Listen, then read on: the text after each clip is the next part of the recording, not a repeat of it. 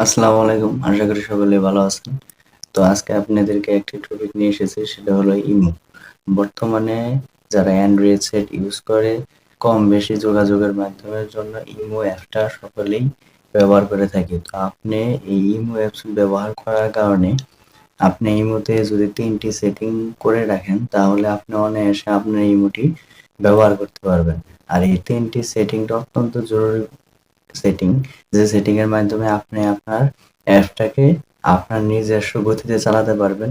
আপনি এই ৩ টা সেটিং হলো, ১ম সেটিংটা আপনি ইমোতে কার সাথে কি মেসেজ করতেছেন, চ্যাট করতেছেন সেটা অনেকে আপনার অ্যাপসের ভিতরে ঢুকে দেখতে পারে। তো আপনি যদি এখানে একটা পাসওয়ার্ড দিয়ে লক করে রাখেন, তাহলে এটা কেউ দেখতে পারবে না। এমনকি ইমোতে আমরা অনেকেই ছবি আদান-প্রদান করে থাকি। এমনকি অনেক সময় দেখি ইমোতে ছবি ফেটে যায়। অনেকে বলে ছবিগুলো ভালো হয় না। অন্য অ্যাপস ইউজ করে ছবি পাঠানোর জন্য। তো আপনি ইমো থেকে হাই কোয়ালিটি যেকোনো ছবি পাঠান না কেন, সেটা হাই কোয়ালিটি ছবি আদান-প্রদান করতে পারবেন। সেটা ফেটে যাবে না।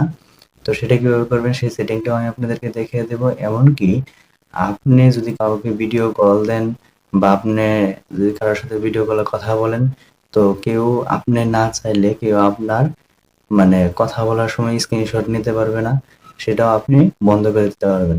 তো আপনারা কিভাবে এই সেটিং গুলো অন করবেন সেটা আমি আপনাদেরকে সরাসরি দেখিয়ে দিচ্ছি। তো যারা চ্যানেলে নতুন এসেছেন, তো সাবস্ক্রাইব করে আমাকে ফলো করবেন, যাতে পরবর্তী যে গুরুত্বপূর্ণ ভিডিওগুলা আপনাদেরকে শেয়ার করব সেগুলো আপনারা সবার আগে দেখতে পারেন। সেজন্য অবশ্যই চ্যানেলটি সাবস্ক্রাইব করে রাখবেন। তো কথা না বাড়িয়ে আসুন সরাসরি কাজটি আপনাদেরকে দেখিয়ে দেই। তো লেটস গো। তো আমরা এখন আমাদের কাঙ্ক্ষিত ইমো অ্যাপটির ভিতরে প্রবেশ করব।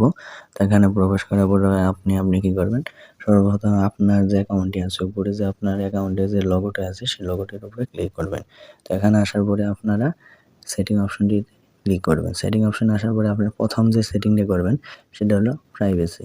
প্রাইভেসি সেটিংয়ে ক্লিক করার পরে আপনি দেখেন একটু নিচে আসার পরে এরকম একটা ইন্টারফেস শো করবে। সেখানে নিচে আসার পরে যেখানে লেখা আছে block screenshot for call, block screenshot for কলটি আপনি কি করবেন, এটা অফ থাকলে এটা অন করে দেবেন। তাহলে কি হবে, আপনি কারোর সাথে যখন ভিডিও কলে কথা বলবেন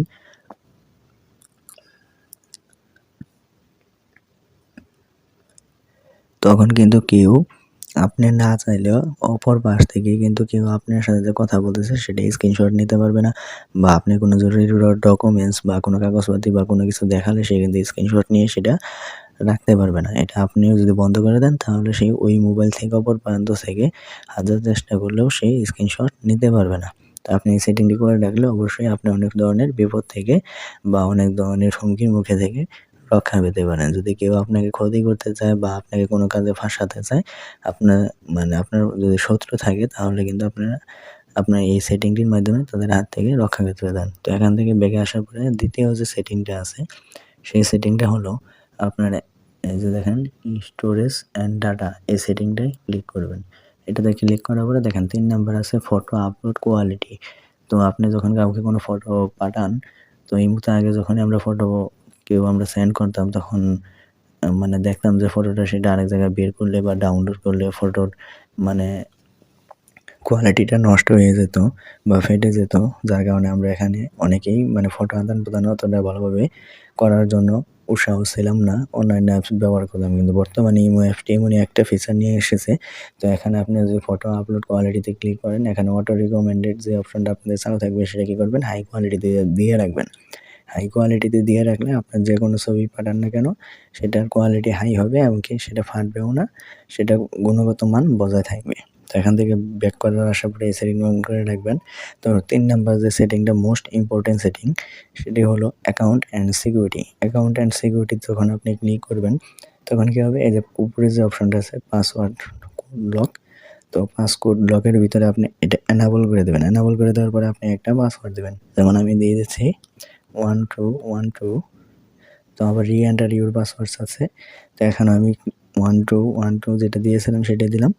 তো এই যে দেখেন সাকসেস। তো ডানে ক্লিক করব।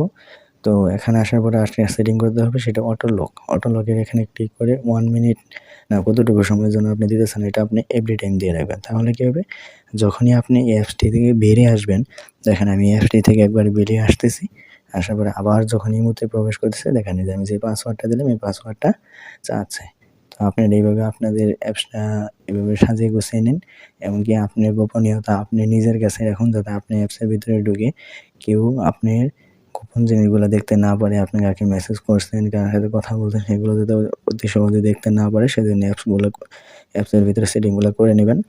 তো আশা করি ভিডিওটি ভালো লাগলে অবশ্যই একটি লাইক দিবেন, যাতে আগামীতে আপনাদের আরও গুরুত্বপূর্ণ কিছু উপহার দিতে পারি, এজন্য উৎসাহ দিবেন।